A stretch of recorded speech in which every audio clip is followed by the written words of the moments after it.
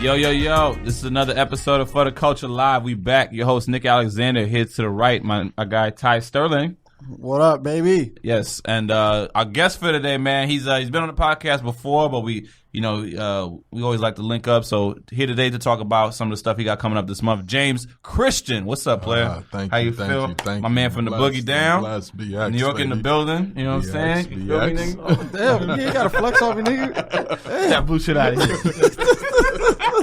We gotta come here and bully these LA niggas out here. No, what's going on, y'all? How y'all been? Good, man. I ain't gonna lie, man. This dude got the perfect voice for like a villain in a Marvel movie. You know him? Like, it's perfect, dog. You should be in the next Spider-Man. Got this nigga doing voiceovers and shit, man. Kill Miles Morales, you know. For real. James, what you been up to, man, since we last kicked it, man? Oh, man, just, the hustle is real. Mm-hmm. You know, it don't stop, and just impacting lives and blessing kids and doing everything that I can. That you do it in a real way, not a superficial way. Right, you know what I'm saying? I know you definitely. So James here, as we talked about last time he was here, James is a former basketball player, but found an outlet to help out kids through the game. He runs clinics for youth. He also he's also able to take kids to Clippers games, kids who don't have the finances to be able to go to those games on their own, and he gives them an experience to inspire them, to give them a good night when maybe they go through a lot of rough day in and day out dailies in their life. And he also puts together things around holiday season when it might be tough for kids and their families. So coming up this month, he has a toy drive he's doing. He's also producing a comedy show at the Laugh Factory this month, and he's also doing some events for the parents so that, they also doing a lot for their kids, but then they get to be rewarded with some good nights as well. And that's going to be happening on the 21st and the 22nd of December, right? Yeah, definitely. The whole purpose of it is we're doing a toy drive for foster care kids, and for everyone that not really aware about everything that's going on with them right now as we speak. The high school dropout rate for foster care kids is absolutely ridiculous, and it's up to 80%, and they don't have neither one of their parents there, and they already live in house to house. So to take the time to do something for them for the holidays, I definitely wanted to put together an event. Yeah, this brother gives back, and that's really dope. So. Let's go with like the age range of all the kids you work with, whether it's foster care and basketball or outside of that. What is the usual age range of the kids that you're dealing with, like for most of the stuff that you do? 3 to 6 year old boys and girls, and 7 to 14 year olds. Okay. As well, and now we're stretching into the 14 to 17. So you're expanding to get through to them as well. Nah, that's real. You got anything last time? Nah, man, that's like you got a great heart, man. And then you getting them when they're young too. You said 3 to 6. That's usually like, for example, when I was a kid, when I was like doing bullshit. Right. I was like, young, 7, 8 years old. You know what I mean? When I grew up out here, my mom ain't never home. My grandma always working. Mm-hmm. So like, you're raised by the streets, but you putting these kids in like a program to give them something else. You know, so like that's great. Because if we're being honest, like television can't raise your kids the whole time. Like it could get you through a couple hours, but at some point, man, the kid just is gonna get out, want to explore. And if you don't have your older brother or your older siblings or your relative cousins taking you to the playground or the court or whatever like that, when you walking, you're gonna be walking past, and let's keep it 100 in LA, you're walking past to a lot of gangs. And they'll see you walking by, you'll kind of know them because they're in the neighborhood, you saying what up, and then over that conversation builds more, and then just little by little, even if it's not consciously, unconsciously, they're getting recruited. Right. You're easily influenced. Because you're seeing these guys with money, they got cars, they got, you when you little, you see, bad chicks, and you kind of like that. And, when you ask that question, how do I get that? They kind of tell you how you get down, and, so it's how to move. Yeah. So it's just really important that kids have something to do after school. Like I'll be the first one to tell you, like this year was a weird year for me because I did accomplish a few things, but I had to take it upon myself to kind of hold myself accountable and manage my money better, and to do that, I took on a part-time gig, and I took on a job at after-school program that it's free for middle schoolers. These programs here, they provide coaches or people who do sports, who do music, who do art, and help out with homework. And I was hired to help out with sports because I love to play sports, and especially basketball. And they have like delegated seasons for the kids, so we kind of have like little practices every day. And we end up, on weekends, they go against other middle schools that the program works with. So, now we're in basketball season. So, we've been playing basketball since the beginning of the school year on most days. But, I've been in these kids' lives now for a good 3-4 months. And, there's a lot of them that kind of be rough around the edges. And, obviously, they're not in a foster care position, but they have their parents who can't afford to take them after school. So, from 3 to 6 is valuable hours because that's before it gets dark. That's when everybody's kind of, out doing their thing, and, where they could be home getting bored, getting curious, and doing other stuff there at the school. We're playing with them, we're keeping them active. And, because then that means the time when their parents get them, they're home, and these kids ain't out. There's less chances of them doing something else. Right, to getting into some mischief and just getting into trouble because they come in 5 days a week to the program, to the primetime program. But I will tell you this before we go any further. I gotta tell you this, I'm mad proud of you, B. On you doing your thing and how you represent us black people and you hold us down. And I just want to let you know, one love, I'm mad proud of you and how you move, and that's what it's about, for us to keep evolving that black excellence. Thank you, you man. know what I'm saying, and building and getting stronger and stronger, and you keep moving. And no that's the thing for me. It's we got to keep building and leaving a legacy, right? That's crazy important. Like I know a lot of people, you hear the statement, the marathon continues and all of that vibe. But my mindset is deeper than the marathon continues, because God rest Nip, and I understand the message behind it, but I feel like we have to stop running marathons. You shouldn't have to. We got to start running relays. Because let's think about it for a minute. A marathon is about you, and when you finish the marathon, it's over. You did your thing, you got your time. Right. But we need to condition ourselves to be able to run the best and as far as we can, then pass the baton. So we focus on running relays more than we do marathons. That's how we going to elevate the game, if that makes sense. Nah, right? That makes a lot of sense. I wonder what rapper we can get that to so that they can start saying relay and we can make that a thing in the culture. Because it's niggas marathon nah, man, we running relays out here. You got it, give it to Fabulous, man. Right. Give it to Fab would do it. I just heard Summertime Shootout 3. Fab, he'll definitely keep something current. Fab fire right now. Yeah, man. So Ty, man, what you been up to? It's been a minute since we kicked it. No, that don't sound so good. Man, I done been through a lot. Anything you want to share? Yes. Get off your chest, brother. I was sexually assaulted on Saturday. Speak on it. By a 63-year-old white woman. Hey. So like I told you, I went to Lompoc, right? And one of my friends, her job was having a Christmas party. So it's like, oh, yo, come through. Mo gonna be here, Dwayne gonna be here, so I'm gonna pull up. These are my friends from out here that ended up moving to Lompoc because of that shit that I told you with those Mexicans that chased them out the city. So good circle you keep, Ty. Yeah.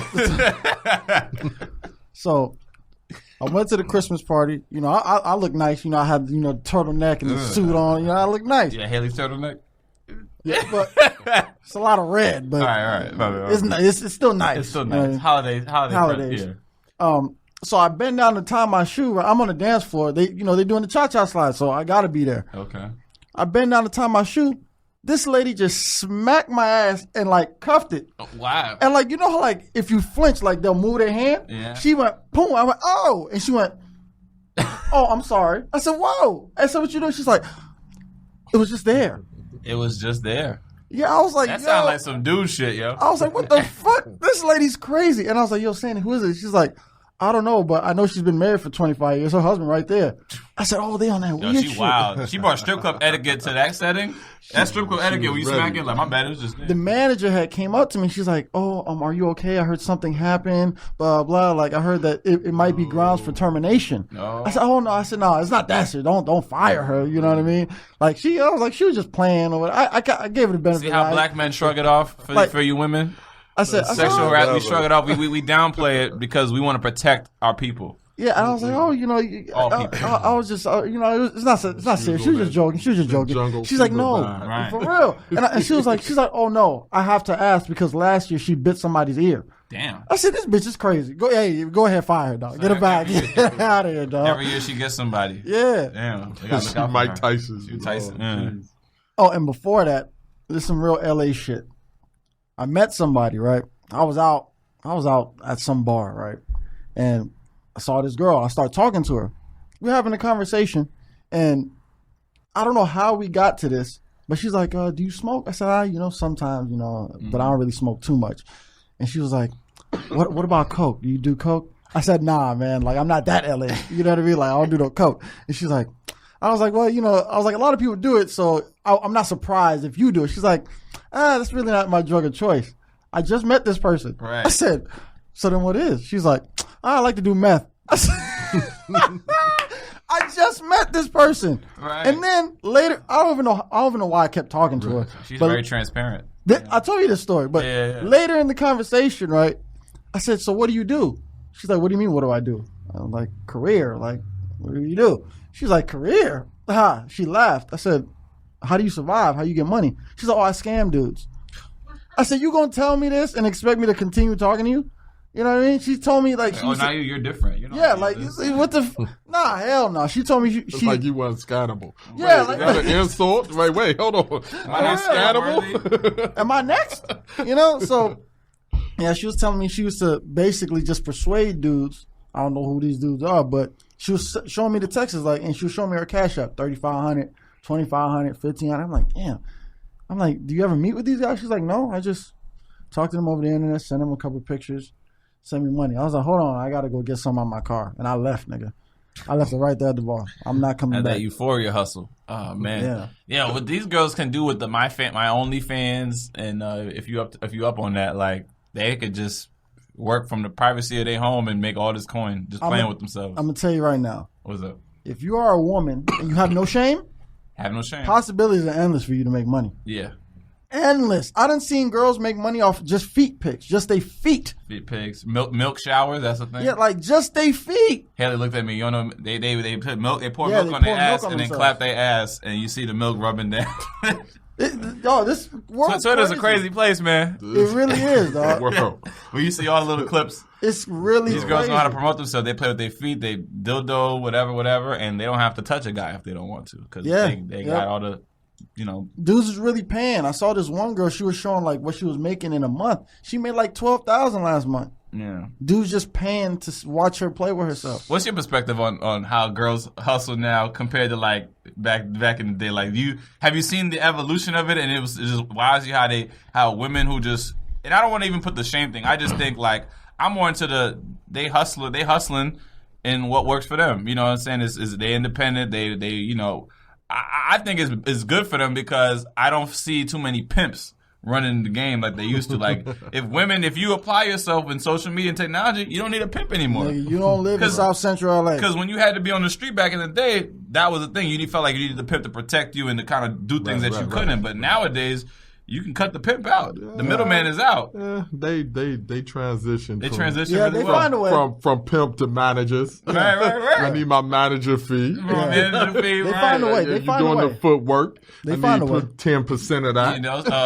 I mean, I'm sure the ski mask setup still happens where they get guys at hotels and rob them or whatever like that. Like, but maybe even that is criminal activity is lessening. You know what I'm saying? Like, it's ill on how things like this whole vibe that's going on now compared to back in the day is like crazy. Like, I'm older than your head, but I'm gonna tell you like this Instagram, like the whole taking picture joint. Yeah.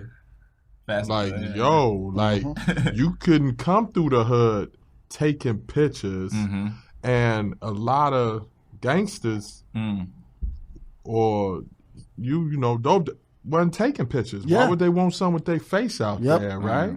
Like, and that blows my mind. And now you got them posing with guns. You got them posing with the drugs. You got them and the illest thing ever is when they on vacate and they taking pictures. And I remember back in the day, we used to have to leave the radio and the TV on because we wanted people to think we was home. And you just going to work, let it alone, and don't tell none of your neighbors y'all finna go on vacation. I eat that highlight because you'll come back. Right. You know what I'm saying? And you should be robbed up. Like you would be done. Yeah, wow. So I mean, times are 10. Let me ask you this: so as a guy, with the knowledge that you have, right?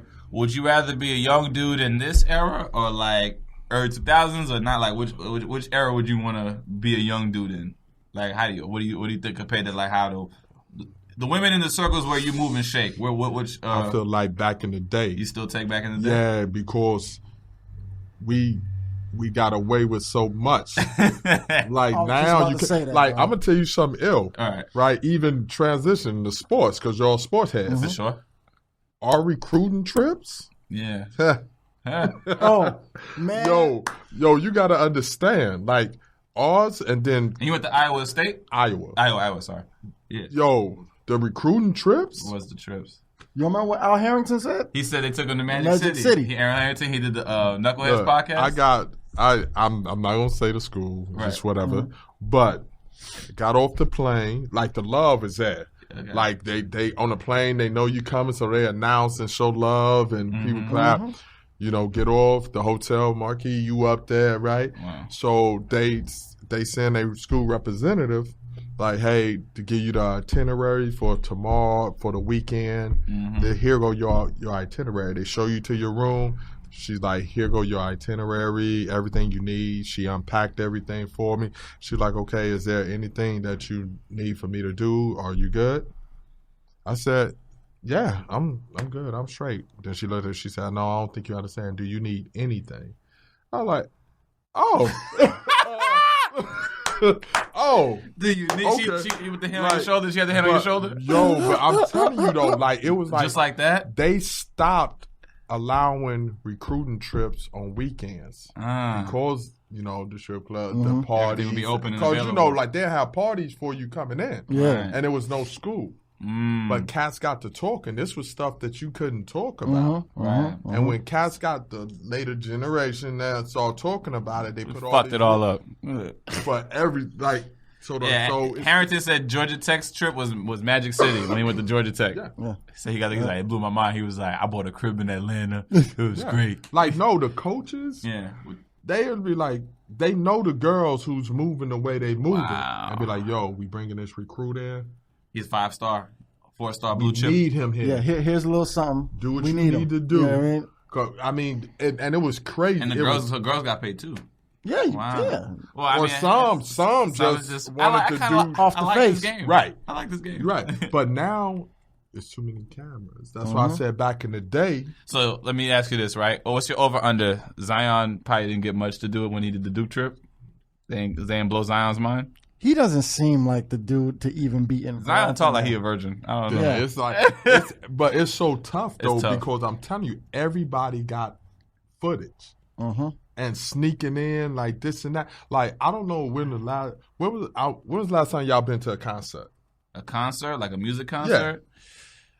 Yeah. Or I tell you what, the next time y'all go, all right, just pause for a second and look around and look at all the cameras. See how many people is indulging in the show that's present or watching the show through their phones. Yeah, I know I went to something last year. It's like ridiculous though, B. You ain't even in the moment and the memory and just vibing. Right. Everybody's like, they want everybody to know where they at. Hey, I'm here. You know what I mean? Like, I understand. Like, you some might of take, it, I get. You take pictures for memories. You know what I'm saying? But not the whole time. But the whole, yo. Some people, because I was supposed to go to the Schoolboy Q concert, but I was going to be gone, so I gave the ticket to somebody else, and this man had the whole concert on his live, which means he had to hold it the whole time.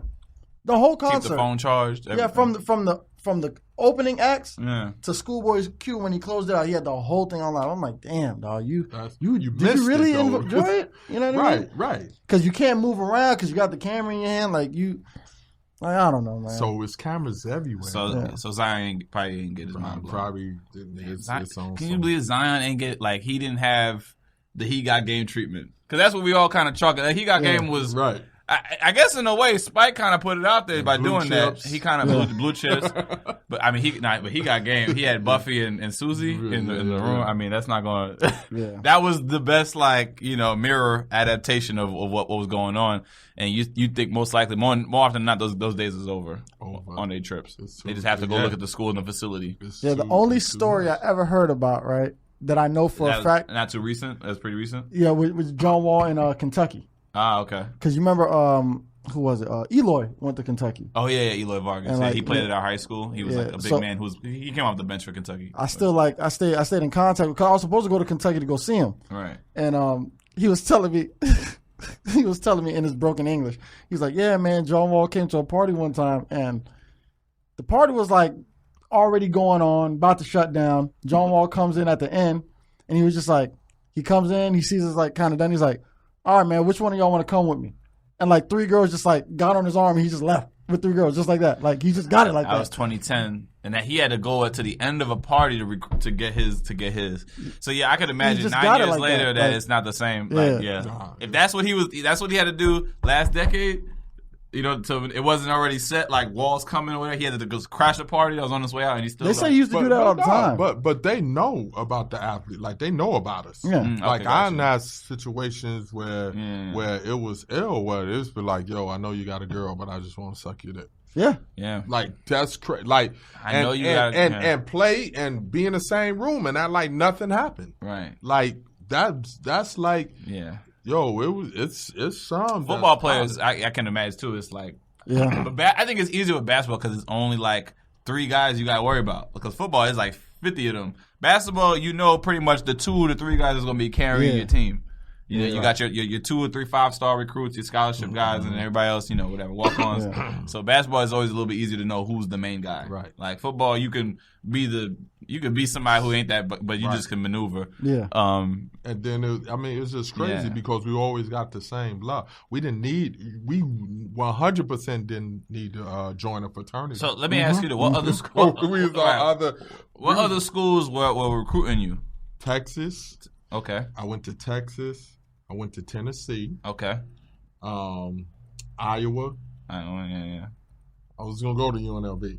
Oh, that's where I was gonna go. All right, so let me ask you something because I already know. Hold on. I already know. Let me put on probation. Yeah. After what happened? What was the scandal? Yeah. When they got the TV ban, they got put after Talk left, the TV ban and everything. What was your class? I'm sorry. 91. 91. Okay. Yeah. So this was after Larry Johnson and them? Yeah. It was after L. Yeah, they got Greg Anthony. Okay. Yeah, it was after Greg and Larry and Anderson and all. Okay, so they had a scandal, so that took it up. So it was let me tell you, it was no difference between the NBA and UNLV. Christ. That's dope. That's all we're gonna say about that. So, why do you think? Because UNLV, that's a big market college school. Texas is a pretty big market college school. Like, how did you have the fortitude to say, like, well, I guess you love ball, to just choose Iowa? Because let's keep it real. Iowa is not like the most attractive, place if you're gonna go to a school or go spend a couple of years there, and you did your full 4 years. Am I correct? Right. So, like, what made you just choose Iowa over the Tennessees and the Texas? Two things. And this. I have my degree in criminal law. That's what's right. Up. So it was between Texas and Iowa. Mm-hmm. So what happened was I said, okay, let me check the graduation rates, right? And most people check the graduation. Texas graduation rate, I do believe, was I think about 90. 90%. 90%. That's really good. Sheesh. Is that good? Right. Yeah. Yeah. And then Iowa's graduation rate was about I think it was like 76 or 77, right? Okay. So people are like, well, why would you go to Right. graduate? But here's the thing. not only did I check the overall school's graduation rate, I checked the graduation rate within my major, which was criminal law. So for Texas, the graduation rate within my major was 75, and the graduation rate within my major at Iowa was 93. Oh, okay. So that isolated percentage favored Iowa. Because that lets me know that's what he's that doing. I got that's what I'm doing. Chance. Right. And then on top, that was just the academic aspect of it. Right. But the other part about it is the Big Ten. Big Ten is top conference in the country. They still Big Ten, or they 12 now. Changing now, but Big 12 is still major. That you don't like look the other way on that conference. Yeah, 8 of our teams in football and basketball was ranked in the top 20. Oh, okay. Yeah. When you got a conference where you got 8 of your teams, that's talking about Indiana, right? You talking about Michigan State, right?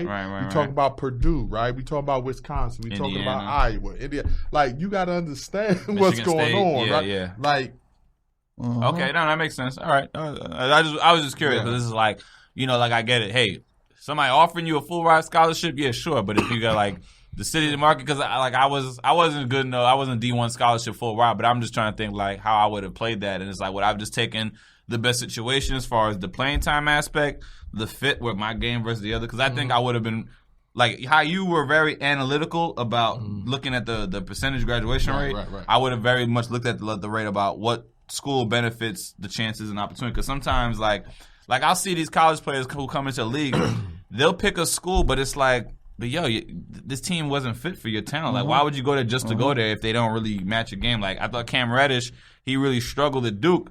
But what I heard was that he was actually the first one to commit.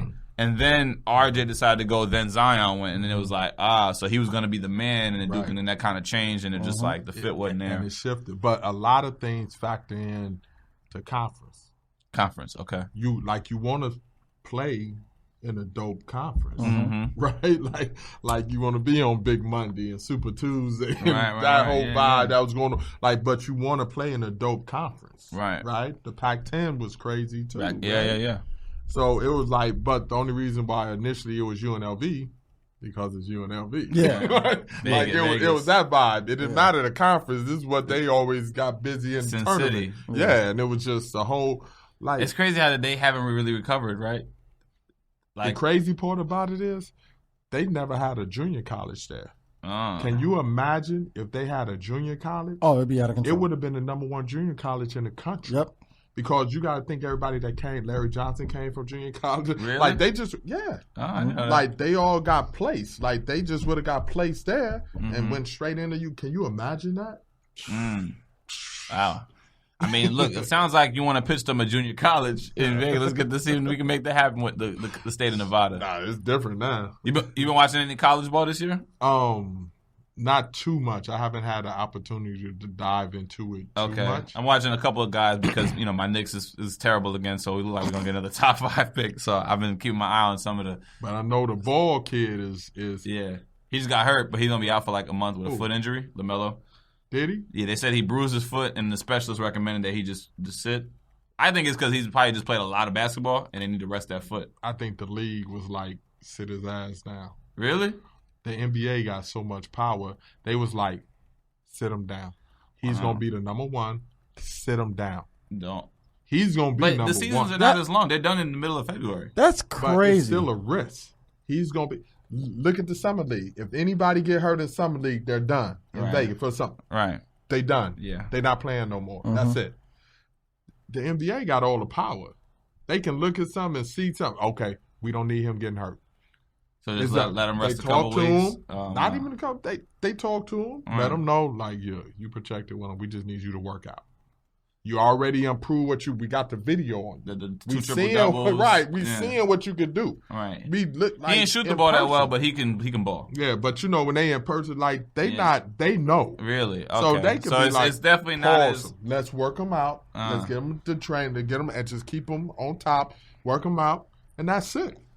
How you feel about hearing how these kinds of things work when guys maybe are hurt or maybe not hurt? I mean, every situation is different. Yeah. His case is very different because he said they wouldn't let him go play in college where he could have made because this year the college basketball is not that great to watch, and he definitely could have helped the school. The way they're treating James Wiseman with the penny thing is super dumb. Like, how you feel about that? Like, that's they missed out on a chance to have more watchers. Like, they're killing themselves. He's a top prospect. But the crazy part about it is, just shifting back, that's what happened at UNLV. They was punishing those kids in 91 off of some shit that happened before they was even back in the 80s. Okay.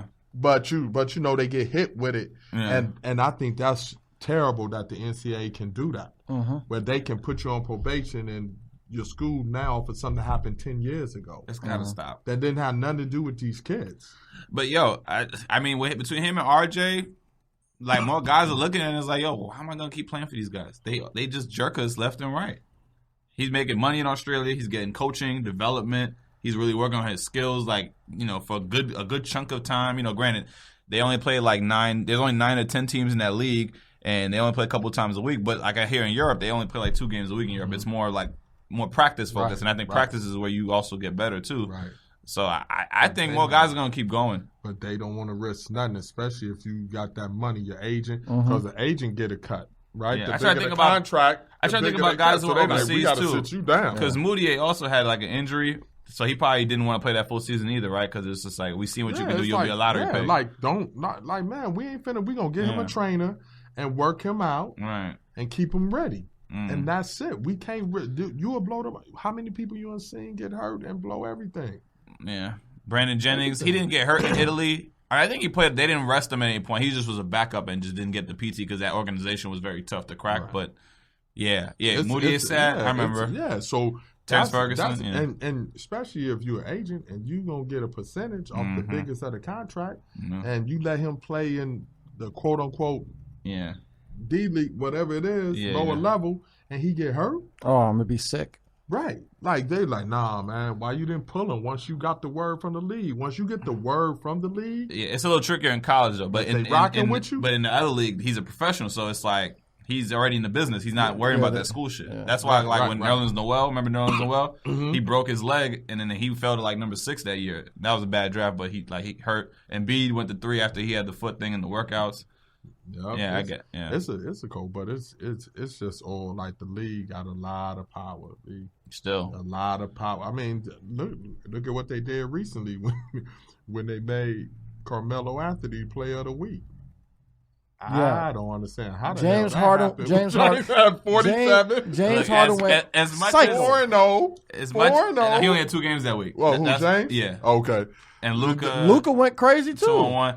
As big as a Melo fan as I am, and right. I still can't be unbiased, and he put up 22. That's nice, but James Harden had a 60 piece. Like, Luka been balling consistent. Right. It's like Melo beat. They and I'm watching the games with Melo, and it's like this is what I feel. He'll do good against the weaker teams, but elite teams will take him out. Like, he didn't play that well against the Thunder. Yeah. The Lakers kind of like he struggled. The Clippers he struggled.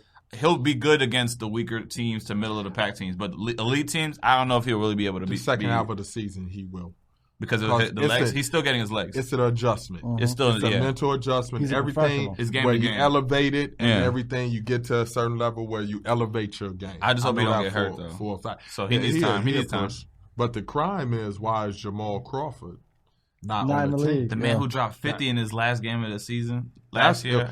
What's happening to him and Joe Johnson? The crazy part about it, he loved coming off the bench. Yeah, you can't ask a guy. It's a hard thing asking somebody to come off the bench these days. He can give you. You know how bad I want to have the Knicks tell Julius Randle to get your ass off the bench. You can't start no more because of how you play. That's crazy. But yeah, I told you I ain't like his game. You know where I told you he could go? I think Philly should look at Jamal. They need a closer. You need a guy crunch Jamal time. will give you a consistent scoring bench for a good 10 to 15. He spreads the floor for Philly. They have elite defense, so all those guys can defend and help make up because he's slow and he's old on defense. He's great on offense, but he don't play no D. So, but then when you need a guy just to get that bucket in the last on the shot clock, let Jamal do it. He'll give you a strong 10, 15 minutes of scoring. Yeah. Consistently. Give him now, Lou will give you about 25 minutes of strong scoring. Right, because of where he's at in his age. Right, let Crawford play like the 7 from the end of the first through the second quarter, and then a little bit after in the second half, and then you put him in crunch time if you need be. I think Philly is a good fit. I'm trying to think where else could Jamal go and be successful. Maybe even Dallas. Dallas could always use another gunner. They don't. If Luka don't have it, KP's not really there. He needs more. He needs like another year before he'd be consistent. Tim Hardaway Jr. is decent, but they could always use another gunner. Where else do you think Crawford could go? He should be in the league. He can fit. He can really go anywhere. But I'm saying, and come off the bench because he's happy coming off the bench. And he's not scared, and he's gonna give you numbers. Yeah, he will. Like he gonna come at you. He ain't gonna wait. He ain't gonna pause. I was surprised Joe didn't get a look after he did so well in the Big Three. They just kind of like moved on. They just don't value the vets the same way, I think. Yeah, but the league, and I'm gonna tell you this. So this is the illest thing to me though, and this is just me being older. But I'm telling you how everybody's going crazy over LeBron, right? And he's doing this at his age and this and that and et cetera, et cetera. Yeah, he's doing his thing. Yes. But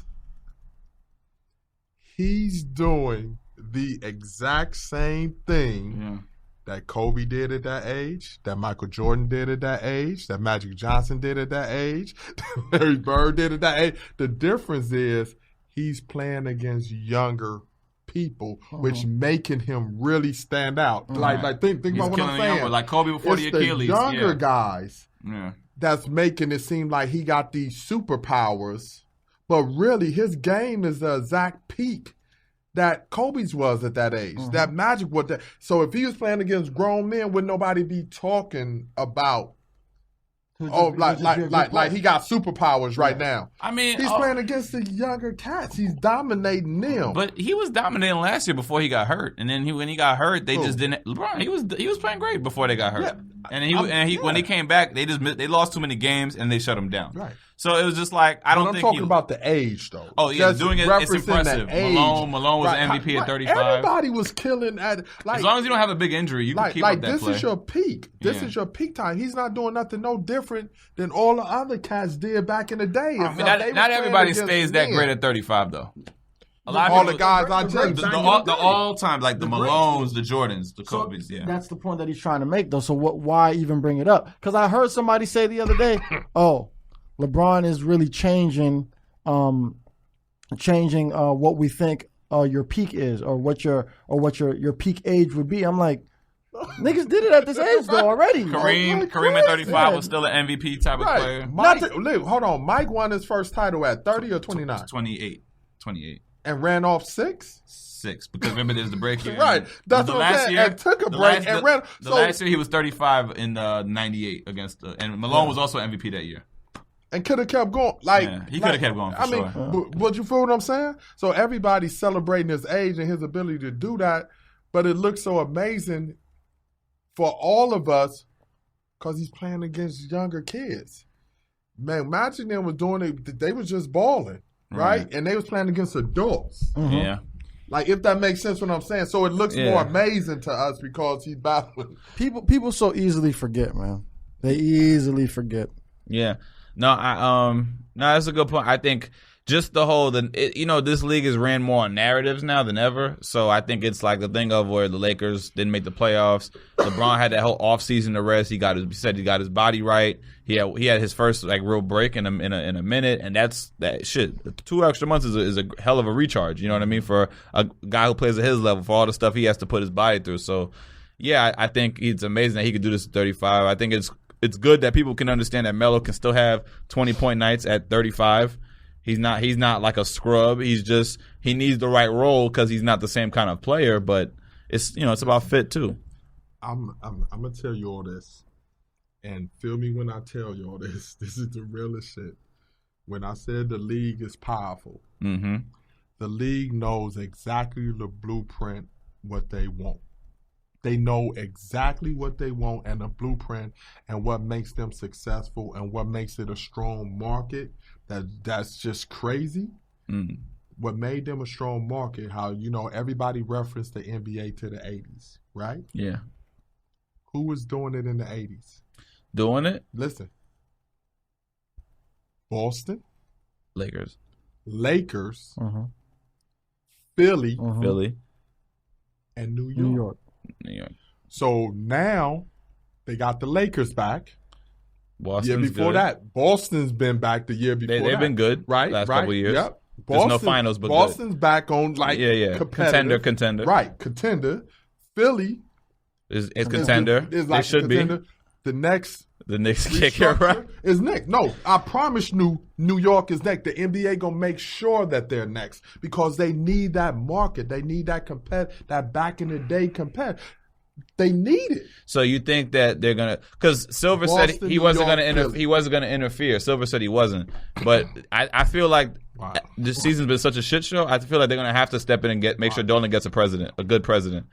They keep bringing up the Masai Ujiri thing from Toronto. They're saying that he might come over because he knows that Dolan could or he can get the money to get his Africa League off and popping. They just had a showcase for that in Brooklyn. They're gonna have a whole league in Africa now, NBA African League. They had a They gonna look. They're gonna step in. They gonna get guys.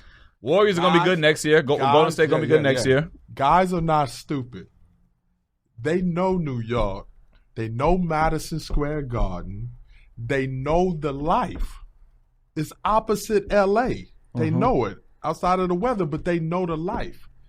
Guys gonna start jumping ship. Don't get my hopes up, man. No, I'm telling you what's because they're setting Adam this in motion. Gonna need them to, because people not stupid. Like, yo, I can go to New York. It's this Big Apple. It's New York City. So how come nobody came this year then? Like, why couldn't we go after Kemba and Jimmy and Jimmy Butler? Because you know what, I was too cocky about Durant and Kyrie because I really thought they was gonna come, and I was to the point where I was so arrogant. And thinking like I don't want to get seconds in Kemba and Jimmy Butler. You know how much I would take Kemba and Jimmy Butler just to get 4 good years out of them of a good strong playoff team where the young guys will come up under some good veterans and we just be a good team. Like I was so just ready to fast forward to championship contender or bust. And it's like, you know what? I'll take having a good team for because I really seen the importance of culture. Like the more you study and learn the game, it's like everything starts at the top. But our top is so dysfunctional, and the president's is horrible, and that the way they sign guys makes it hard for the coach. And the coach, you know, people didn't watch the games; they just felt bad for Fizdale. But I watched the games; he wasn't the greatest coaches either, because there was little things that he could have been adjusting and implementing that he didn't. But it just there's so many problems with that organization because of how did they run it from the top. But the history overpowers it. What history? We can't run. No. But you get what I'm saying. Okay, the league. The 80s and 90s, the Rutgers, that's just the whole. I hope so, man. I feel like cats ain't caring. These young kids don't care about that. Like all the stars is there. It's Madison Square Garden, a famous. Like you got that still matters. Watch. Adam gonna make sure that New York is next up. This is the year to do it. They gotta be next up because now he pushed Philly where they need to be. After the Boston, where they need to be. So you think he's the one that got Sarver, the guy who was in the Sam Hinkie thing, the trust the process? He put the ownership to toss him. They made sure. I think that was a smart process. They made sure that they was gonna be because that was their heyday. That was the bread and butter. It was Philly. Yeah. Dr. J and them and all of them. Right. And then it was Larry Bird in Boston. It was Magic in LA. And you had New York, Patrick Ewing there. First Bernard, then Patrick, the toughness and all. That whole vibe. That was the essence of the NBA back then. Mm-hmm. I want to believe you, man. But look at everything that's... I mean, even in the 90s, Boston dipped in the 90s, but Lakers were still kind of good. Yeah, Chicago ran it. It was the other teams like Utah... Knicks, Seattle, But everybody loved an East Coast versus West Coast vibe. Ultimately, they wanted always to be Boston and LA type vibe. Yeah. And they want Philly and New York and Boston fighting to see who get to play LA. Yeah. Like, it's that vibe, but that's the market. Like, I'm going to tell you this, that Christmas game that's coming up, probably be with the Lakers and Clippers. That's going to be the most That's going to be the game. Yeah. And that's how you're going to see where the Lakers are and you're going to see where the Clippers are. Because that's healthy. Around 30-something games, and that's and everybody healthy. Everybody there. You think Kawhi going to sit out? Would he load manage that game? If he load manages that game, bro, there's something wrong with him, though. Something wrong. He just don't care. No. I think he'll play. No, everybody's playing in that. Because everybody's going to get a day off beforehand. They're not going to play on the 24th. I don't think so. I think they're gonna. If he doesn't, that means he really don't give a shit. Yeah. And but I think he'll play. I think he'll understand the importance of the Christmas game. Yeah. You have to really be like injured to sit out the Christmas game. And that's just tradition. He gonna play. Everybody gonna play, and they gonna battle, and they gonna go at it. Yeah, I was telling James, so we get into the Laker Clipper talk, and we got a little bit of time. I got a question for James before we finish. Yeah, for sure. The Lakers, they're looking really, really good, and I'm kind of playing fast forward to the playoffs. Any team that plays them, it's going to be really hard for them because when they game slows down and goes into half court, to have to finish constantly over Anthony Davis and JaVale, or Dwight and JaVale, or Dwight and Anthony Davis is going to be tough. Going over, making layups in traffic and over 7-footers, it's not easy. Annoying. It's going to be annoying. And then LeBron is big. LeBron is motivated. He's playing more defense. They got a lot of big forwards and some good pesky guards. Yeah. If the Clippers don't get at least one big to kind of help, I think they can be beat in 7. At first, I was like, no chance, because I'm like, who on the perimeter can stick on Paul and Kawhi? But and then you got Lou. Yeah, Lou. And then you got Arnell coming off. I mean, it's not gonna be easy because the Lakers don't have the same kind of wings and guards to get those guys off, to stop those guys. But the bigs, the talent and the size is I don't know, man. I think size does matter. But with the Clippers bench being 50+. Right, yeah. The bench being 50+. Montrez, and Lou Will. Shamet when he comes back. And then, I mean, and you count them 50, 25, 25. But what about the other guys? Yeah. So they 50+ just off their bench with Paul and Kawhi sitting down. Making plays and yeah. And then you put Paul and Kawhi back in, they averaging 25, 27. That's a 50 on the court and 50 waiting to get in. Yeah. I ain't gonna lie, disgusting. Yeah, but as long as AD and LeBron are healthy, they have a chance. So what do you want to ask James? Every night I gotta go to sleep like, damn, why are the Clippers good, dog? Good management. Good management. I gotta think about that shit. But you should want to see Rondo and Beverly. Oh, that's gonna be the matchup. Have them go at it. The trash talking. I hope Rondo choke him.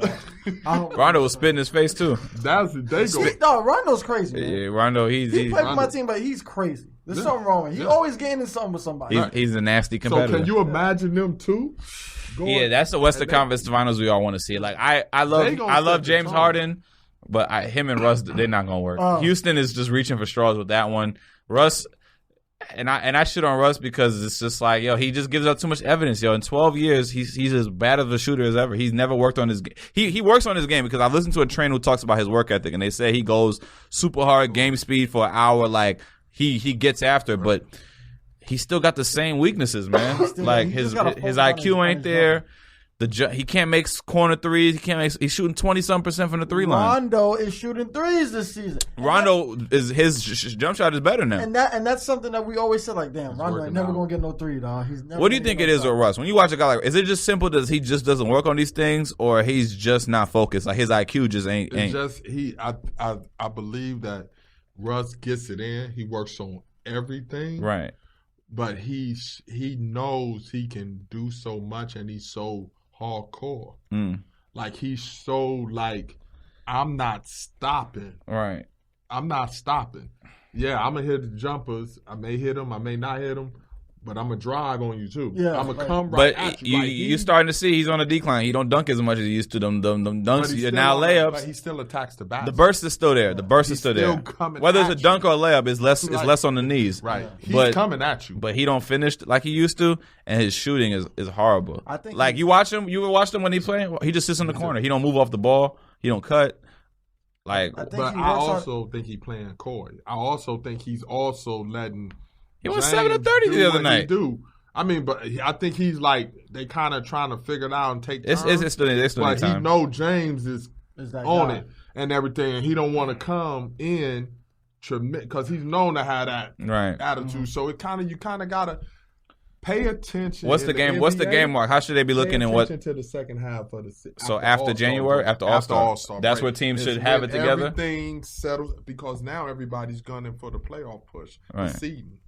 But don't we get bad basketball usually in March though? That's usually when some guys they take it easy. They kind of not really, because if you look at what's going on now, ain't nobody really diving on the floor for loose balls. Mm-hmm. But after the All-Star break, you're going to see guys diving for them loose balls because they jockeying for that playoff position. Except the Knicks. We not going to be diving. We're going to be diving for LaMelo. Though, right? Yeah, it gets serious after the All-Star break. Yeah. So, this is what I was going to ask. What position did you play? PG. Okay. Yeah. So, all right, so you a guard. What do you think about James Harden and his game? I'll tell you, it's not the traditional. It's the most annoying shit to watch to me. He's amazing. But he kills. He does his thing. But is D'Antoni the coach for him though? It's like it looks mad slow. Oh no, but it's not. But it's not. I was telling him I played Harden in the Miami Pro-Am, right? It was him and John Wall on the same team with a bunch of bumps, right? John Wall killing. And then so I'm like, all right, this nigga too fast. I'm gonna go get Harden. No, it's not the same. It's not as easy as you think it is. You think he's slow. Yeah, because I'm fast. Right. But he's quick with it and he's strong. Right. You know what I mean? Like strong. I love watching James Harden play. Yeah. It's just like and his handles be so close to the ground, boom, boom, boom, boom, boom, step back, bang. And it's so quick. He loves you. Get it off quick. Yeah. That release. Is D'Antoni like now? I think there's a two-sided coin to D'Antoni, right? Some people be like, anytime D'Antoni has a great guard who can do a lot of things with the ball, they're prone to just get good stats because D'Antoni will get more usage out of him, right? And you see how he did it with Nash, where Nash was more point guard savvy as far as assisting and then scoring when it needed to be. But him and Nash both have admitted in podcasts that he regrets not shooting more, not being more aggressive like the way Harden is. And I don't think if Harden was with D'Antoni, he's not averaging close to 40. Like he might pull off 40, averaging 40, right? But do you think that that's the right coach for James, or should he had stuck with a guy like the way Mikal was coaching him, or like another kind of like to use him differently, where he's more of a traditional shooting guard, or do you think this is the best way to play James to get the most out of him? Yeah, it's kind of because he can pass really great too, and that's what I'm saying. Like you kind of just gotta let him go. Yeah, he's that type of dude. Like you just gotta let him go and do his thing. Like he know how to draw fouls. He'll make the right decision. He'll draw the fouls. Yeah. Right? So either he'll kill you at the free throw line and put your team in. Yeah, he'll have horrible shooting nights, but get to the free throw line 20 times and make it up. He had 50 and had 25 free throws. Right. So sometimes and he dropped dives. Yeah. Right. So what positions did you guys play? 1 and 2. I was a forward. I was used as a big forward though. Mm-hmm. You can ask Ty. We had a really short team, but I had like a really all around bouncy game. So I was more so banged because like I could jump with the boys and kind of like get after it. So I was like a forward. So what advice would you give people that's listening, kids or whatever, that's playing your position? What would you give them? What advice would you give them about your position, and what advice would you give them about your position that you play? Like if they listening now, what would you tell them about the 1-2 position? What advice would you tell them? So now I'm playing guard now, so right. I'm playing point. I'm gonna tell kids like basically at the point you gotta keep the team together. So the ball's in your hands most of the time. And you got to make sure you get everybody involved, because you got people that run the point and they turn into like these scoring point guards, and then you got people that's wide open. And then I know after going up and down, back and forth a couple times, you don't get the ball, you get cold. Finally, when you do get the ball, your shot be off because you ain't touched the ball all game. So you want to get people involved. And the point guard is basically like the leader of the team. You know what I mean? He's the one to keep everything together. So just don't be a little bit. What's the opposite word of selfish? Selfless. Yeah, be a lot more selfless because you're the point guard. You know what I mean? Your job is to get the other guys going, and then you know what I mean. And then when you can get in, when you can, then you do. But your job is to get everybody else involved. And when everybody's going, that's when you can get your shit going. What would you tell? I say fuck that. Go for yours. I wish I was so much more confident and aggressive. I was such a passive player, and I just remember like being in games where I knew I had the talent to score and maybe get more shots up. And sometimes it's just about getting the shots up. In high school, like, you know, you're not pros, but you have like that pro mentality of whatever. And I just wish I had more of a killer mentality. I would have called for the ball. I would have just broke plays and just do my own thing, because not playing how you know you can do and then getting taken out or just being delegated to do these things that were kind of like not in your game. They're playing like a robot. You just feel stupid afterwards. So I would always say be more aggressive as a scorer. Because in high school, definitely the dirty guy, that guy that their work don't get appreciated, and you don't get to the next level being a dirty guy. You got to dominate. Even guys who are like Dennis Rodman was averaging 20 something in his high school or wherever he played when he got discovered. Any kind of Draymond with Dirty Man now, he was still a baller in high school. You gotta just you gotta know your limitations. Obviously, like if you can't make off the dribble threes, you don't do off the dribble threes. But if you know how to get to the get some curls off the baseline or some free throw line extended shots or a little bit of a post game or you slash really well, get to the line, whatever. But be more aggressive. Don't doubt yourself. And play to win, but play more about you than what the coach does, because you just know that there's agendas involved even in the high school level. So I don't want to let agendas and politics control that. And the way you can control that is being dominating on the court as a scorer. Right. Period. High school basketball, scoring matters. There's a difference, right? So for me, because I didn't go nowhere out of high school. Right. I had to go to like all these like showcases and all that shit, and basically that's how I got coaches to see me. When I went to the showcases though, right, I ain't passed the ball at all. You know what I mean? Full court, the nigga pressing me full court, I'ma just dribble it all the way up, wait for a pick, do my thing, and go score. Because in those showcases, you only got 2-3 days to show what you got. I ain't got time to pass you the ball. You know what I mean? If I get it, just know it's not coming back out. Well, like that, in a showcase, you can show that you can pass the ball. But you know what's the fucked up part about that? They don't care about that. Right, that's true. They don't. Well, actually, I'm saying, well, the coaches over there, like, they don't really. They just want to know, can you put the ball in the basket? Right. And they feel like I can find anybody that got a little vision. You know what I mean? Can you put the ball in the basket? Yeah. And can you do that? And can you play decent defense? Yeah, that's what I did. But JV, whatever, freshman level, whatever, go get buckets. Right. Man. If you're not getting buckets, they don't think about you in varsity. They don't care about your hustle and your commitment. They use you as a pawn. Right. You only outshine people when you can show that you can score. And if you don't believe in yourself to call for the ball, break plays, and get on people, and just not play through it because it's the right way to do it. Like I played the right way. I always felt like I just did what I could for the team.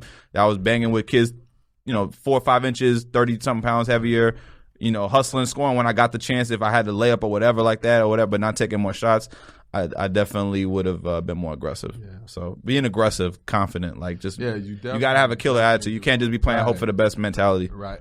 But it's a balance. What I would tell other point guards, advice that I'll give them a couple of things. It's like, say for instance, if you right-handed and you the point guard, you kind of got to think like a coach. You kind of got to be. You definitely have to be smart. You have to see things ahead of time.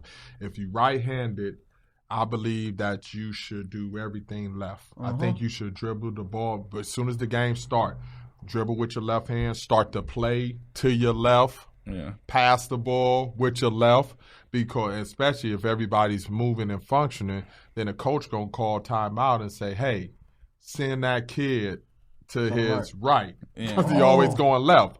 And if you send him to the right, then you're going to be able to really destroy him, and then they ain't going to know how to stop you, right? And that's one component. I tell you always don't show your hand. You don't show your cards, right? You don't show your strength right off the top. Right-handed, that's your strength. So go left, or if you're left-handed, go everything right. Second, as a point guard, you have to I believe in this. As a true point guard, you have to give people a chance to catch fire. If I'm coming down court, Nick, and I throw you the ball and you score, that next possession down, I'm coming back to you, because you never know who's going to catch fire. The rhythm. I'm going to throw it to you. You score again, I'm going to come back to you. I'm going to ride you till the wheels fall off. I'm going to ride you because you on fire right now. Let me get you hot, right? Yeah. I'm not going, you going to score and equal opportunities out offense. Like, no. I'm coming to you. A point guard have to know that if somebody score, go back to him. Give him a chance to get on and get hot. Yeah, and you can learn that in pickup too, like in little 3-on-3s or 4, whatever. If this guy's been making some shots, let's get back to him. He's cooking them, and we play. We still get it on the gym run tip. Nick had always asked me in high school. He said, "Are you left-handed?" I said, "Nah, I just dribble with my left." That's always been something I do. If you notice, I get the ball, I just dribble my left every time. Right. When I do my little jump shot, I always go to the left. Right. When I go to the hole, I go to the left. You know what I mean? My left hand ain't that strong. The left hand layups, but yeah. You know what I mean? I still go to the left. And then as soon as they say, "Yo, force him right," he ain't go right yet. Oh, it's a wrap. Right. Yeah. It's a wrap. Right. Yeah, but jump shots, you like to go to your left side and way more than the right. It's tendencies. No, but I like that attitude as far as the advice for point guards. And just as far as giving advice to kids who want to get their game up, let's segue that into how we can wrap it up with all the things that you got going on. Once again, just plug everything, lay it out there for the folks that's coming up on the 21st and 22nd of this month, December. It's holiday season. My brother here, James Christian, got some things for the youth and for the grown folks. So let them know about everything one more time. So on the 21st, like I said, we're doing a toy drive for the foster care kids. And on the 21st, we're having a free basketball clinic for 60 foster care kids, boys and girls. And we're going to give away some free haircuts. We're going to give away some shoes. We got Jordan sending some shirts, some brands. We're going to get those out as well. And then later on that evening, that's for the kids, but then later on that evening, we're having a kickoff party that night for VIPs and sponsors and people that donated. We're doing a pre-party there. And then on Sunday, at 5:00, we're at the Laugh Factory out in Hollywood. Yes, sir. Where we have Daphnique and Danny Green and David Arnold and a surprise host. Some really funny comedians, all of them. Yes, that's going to come out. We got some music acts that we're looking at, and they're going to come and perform, and we're going to have a great time. And after that, we're going to party some more and have an after party to that. Yeah, man. And going to keep it going. And then that Monday, we partnered with the Child Protective Services, and we're going to be at the regional office in Long Beach. Okay. And we're going to pass out all the toys to the foster care kids, and we're excited about that. And we got a lot of big things happening. And also, so now that you know what's going on, people, tell them where they can follow or what websites, so that they can get this information. How can they keep up with everything that you got going on, so that whether they can make the toy drive, the comedy show, the parties, whatever they can come to, where's the best way to follow or find you? Or the best way to get your tickets, and actually they're selling pretty fast. But for the show, I am going to do this as well. You can go to T1R1FD.org, and that's the website there for Teach One, Reach One Foundation. That's the name of my nonprofit foundation. You can put in a promo code, and the promo code is James, James, and you will be on my guest list, which will get you a $5 discount. Okay. And other privileges because you are guests of mine, and that will be coming through. And you can also go to jinglejokes.com and purchase your tickets there. But it is selling pretty fast and pretty good, so get on it, people. Suggest y'all get on it because it's going to be a hell of a weekend. Yep, December 21st and 22nd. So mark that in the calendars. Yeah, man. James, thanks for having us, or having you. Thanks for coming through, man. We appreciate you rocking with us, talking shop. We gotta get up. I'm gonna, Clippers games a little more pricier, but I'm gonna try to, support the kids at least one point throughout the year. Yes.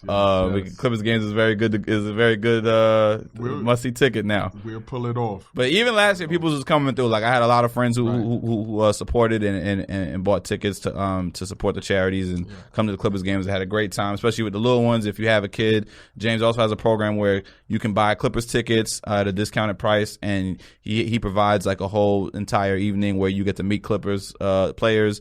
They go to the suite, watch the games, you get a shirt, and for the parents they get to just get that atmosphere that, you know, not everybody gets that chance to go see. So, you know, we'll have James, you know, probably at a later point in the year or next year, and then, you know, talk some more about some other stuff he got going on.